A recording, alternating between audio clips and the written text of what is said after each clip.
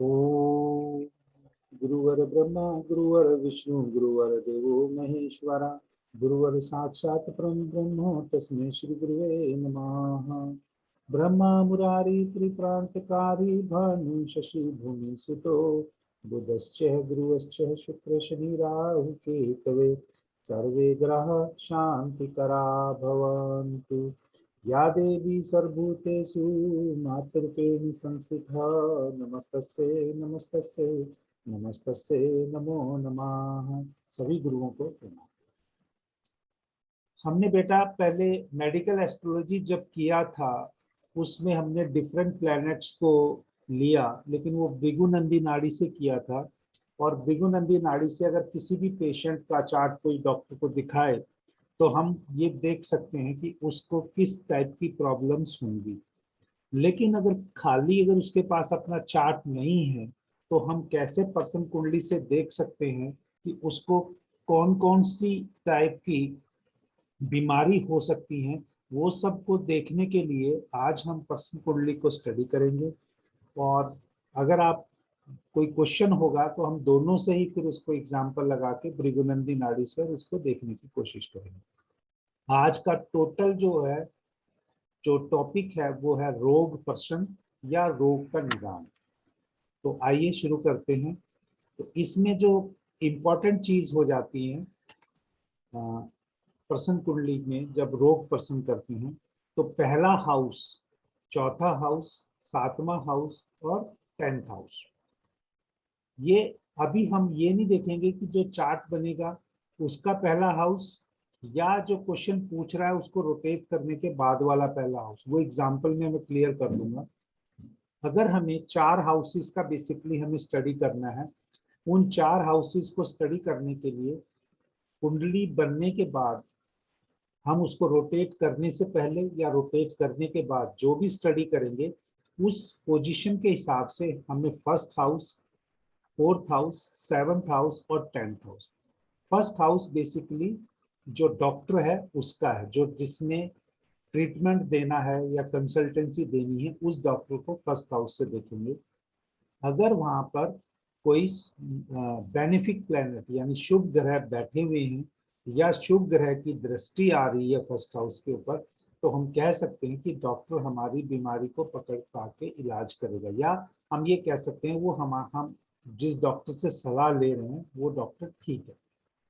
4th house जो है वो ट्रीटमेंट या जो मेडिसिन डॉक्टर प्रिस्क्राइब करेगा उसको इंडिकेट करता है। तो 4th हाउस में अगर मैलेफिक प्लैनेट बैठे हैं तो हम कह सकते हैं कि वो डॉक्टर हमें सही दवाई नहीं दे रहा। लेकिन अगर बेनिफिक प्लैनेट बैठे हैं या बेनिफिक एस्पेक्ट है तो हम कह सकते हैं कि वो हमें सही दवाई दे रहा है। 7th हाउस यानी डिजीज का, जो डिजीज देखनी है हमने वो 7th हाउस से देखनी है। अगर 7th हाउस के साथ लोग कुछ 6th हाउस भी लेते हैं, बट हम 7th हाउस को ही देखते हैं। उसके बाद में चीजें 6th हाउस से कोरिलेट अगर जब हम एक लेवल क्रॉस कर लेंगे तब देखेंगे। बट अगर अभी टिपिकली हमने देखना है अगर उसको क्या प्रॉब्लम है तो हम उस चार्ट का 7th हाउस ही देखेंगे। इस पे भी अगर शुभ ग्रह हैं तो हम कह सकते हैं कि भाई अगर शुभ ग्रह हैं, और शुभ ग्रह तो ठीक है, लेकिन अगर शुभ ग्रह अगर डेबिलिटेड होके बैठ गए तो हम कह सकते हैं कि वो उसकी जो ट्रीटमेंट है, जो रोग का जो ट्रीटमेंट होगा वो धीरे धीरे ठीक होगा। और 10th हाउस किसी भी चार्ट का जो पेशेंट है वो बेसिकली उसके लिए है। तो एक बार अगर तो हम मतलब कि जैसे जैसे मेरा केतु 6th हाउस में है एंड अंकल का भी केतु 6th हाउस में है, और अगर अंकल प्रैक्टिस करते तो उनके पास जो भी पेशेंट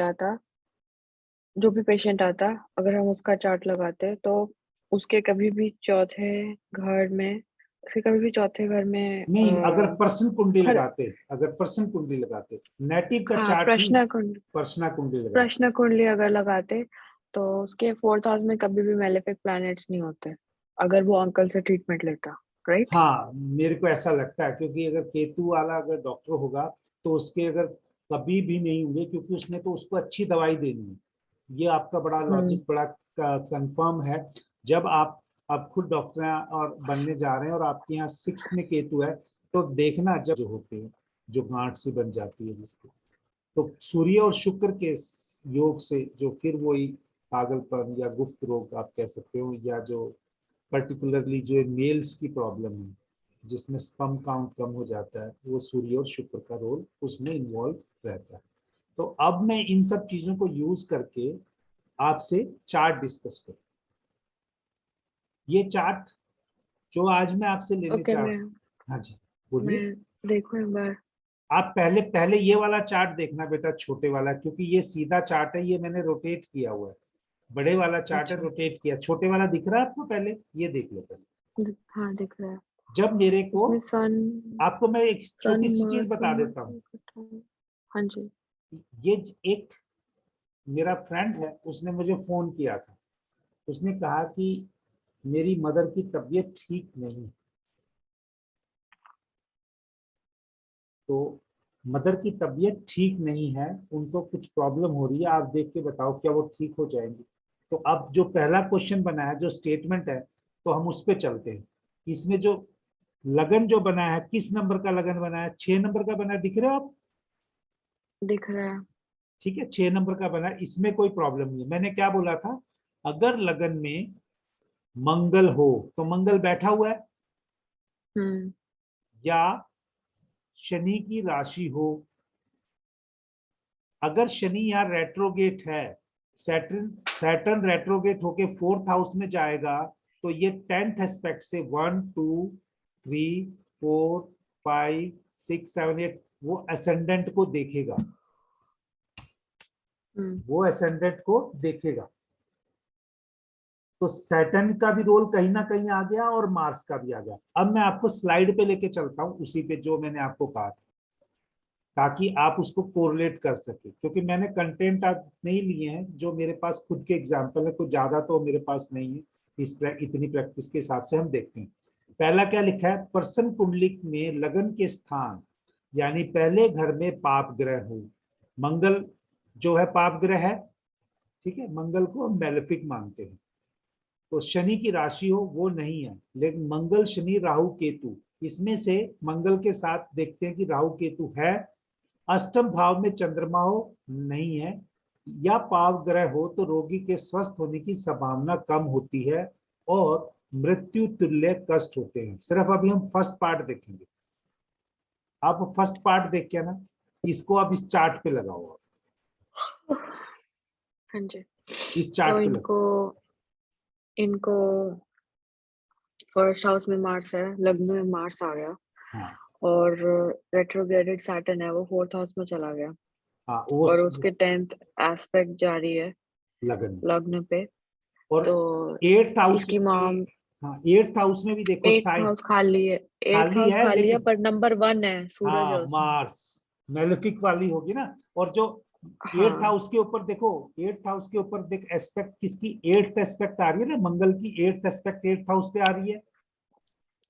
मंगल 4th एस्पेक्ट होती है, मंगल की 7th एस्पेक्ट होती है, 8th एस्पेक्ट होती है। मंगल की 8th एस्पेक्ट खुद अपने घर पे आ रही है। इधर से हम केतु की देखेंगे, 1 2 3 4 5, ये नहीं आ रही। सैटर्न की भी 1 2 3 नहीं आ रही, सिर्फ मंगल की 8th एस्पेक्ट इस पे आ रही है। अब बोलो बेटा, मैलेफिक इफेक्ट आ गया ना 8th हाउस के ऊपर। Hello,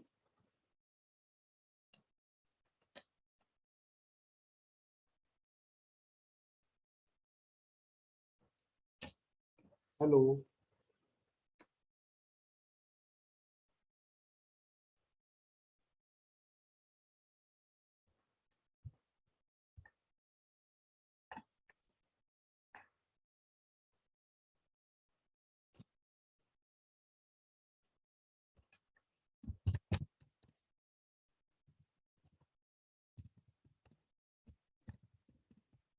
hello. हाँ जी बेटा। हाँ जी, अब सॉरी, वो एयरपॉड्स डिस्कनेक्ट हो गए थे। कोई बात नहीं, कोई बात नहीं, मैंने इसलिए लिखा। हाँ जी। तो इनकी मम्मी ठीक नहीं होगी जल्द। ठीक नहीं होगी बोलना सही होगा, या ठीक नहीं होगी जल्दी अभी हमने बोलना ठीक कुछ नहीं होगा? बोलना, हमने सिर्फ ये देखना है, क्योंकि ये क्वेश्चन इस नेटिव ने पूछा है। अभी हमने इसकी माँ के 4th हाउस को इसको लगन बनाना पड़ेगा ना, तब हम बोलेंगे। अभी हमने देखा है कि वो जो क्वेश्चन पूछ रहा है वो सही पूछ रहा है उसकी। अब ये कह सकते हैं कि जो उसने क्वेश्चन पूछा बीमारी से रिलेटेड वो दिख रहा है प्रॉब्लम, ये कंफर्म है कि प्रॉब्लम हमें दिख रही है। अब उस प्रॉब्लम को यहाँ स्टडी करते हैं। अब मैंने फोर्थ हाउस को असेंडेंट बना लिया, फोर्थ हाउस को मैंने अब असेंडेंट बना लिया। क्योंकि वो मम्मी के बारे में पूछ रहा है। हाँ, अब वो मम्मी के बारे में पूछ रहा है। अब जो असेंडेंट बनाया है इसमें अगर आप पहले चार्ट से ये देख सकते हो कि आप पहले चार्ट में ये देख लो कि फर्स्ट हाउस किसका है, डॉक्टर का है। तो पेशेंट, और जो ये वाला जो हाउस है, जो 10th हाउस है, ये पेशेंट का है। पेशेंट का जो लॉर्ड है किसके पास पहुंच गया, असेंडेंट में पहुंच गया। इसका मतलब ये डॉक्टर के पास तो जाएगी ना।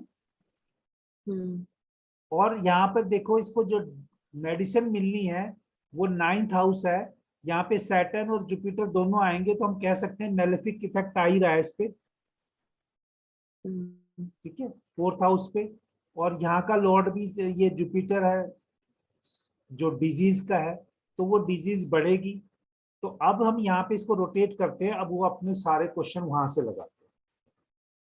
फर्स्ट हाउस हमने डॉक्टर का ले लिया, सेकंड हाउस हमने ले लिया, ये फर्स्ट हाउस ले लिया हमने डॉक्टर का, ये फोर्थ हाउस जो बनाया इसको ले लिया मैंने डॉक्टर सॉरी इसका मेडिसिन का या ट्रीटमेंट का, और सेवंथ हाउस को मैंने ले लिया यहाँ पर डिजीज का, और ये जो 10th हाउस है ये ले लिया पेशेंट का।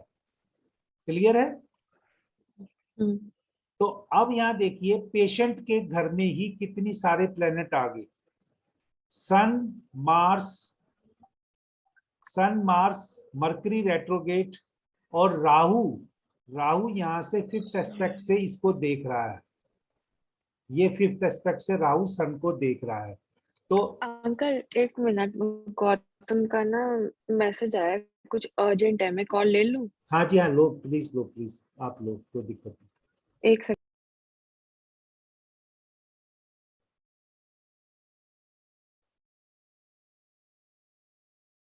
दिक्कत होगी।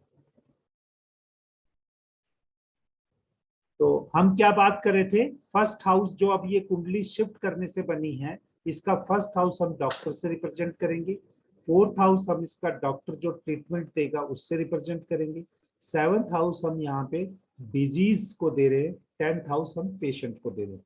अब पेशेंट की स्थिति क्या है, सूर्य मार्स दोनों मैलेफिक प्लेनेट हैं, और इन दोनों को राहु 5th एस्पेक्ट से देख रहा है।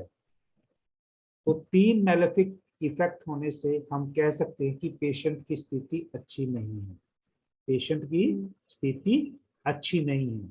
दूसरी बात, इस चार्ट के हिसाब से 8th हाउस का लॉर्ड कौन है? 8th हाउस का लॉर्ड कौन है? हाँ, कैंसर साइन है ना, तो कैंसर का लॉर्ड जो बनता है वो मून बनता है ना। तो मून कहाँ चला गया, 12th हाउस में। 12th हाउस में।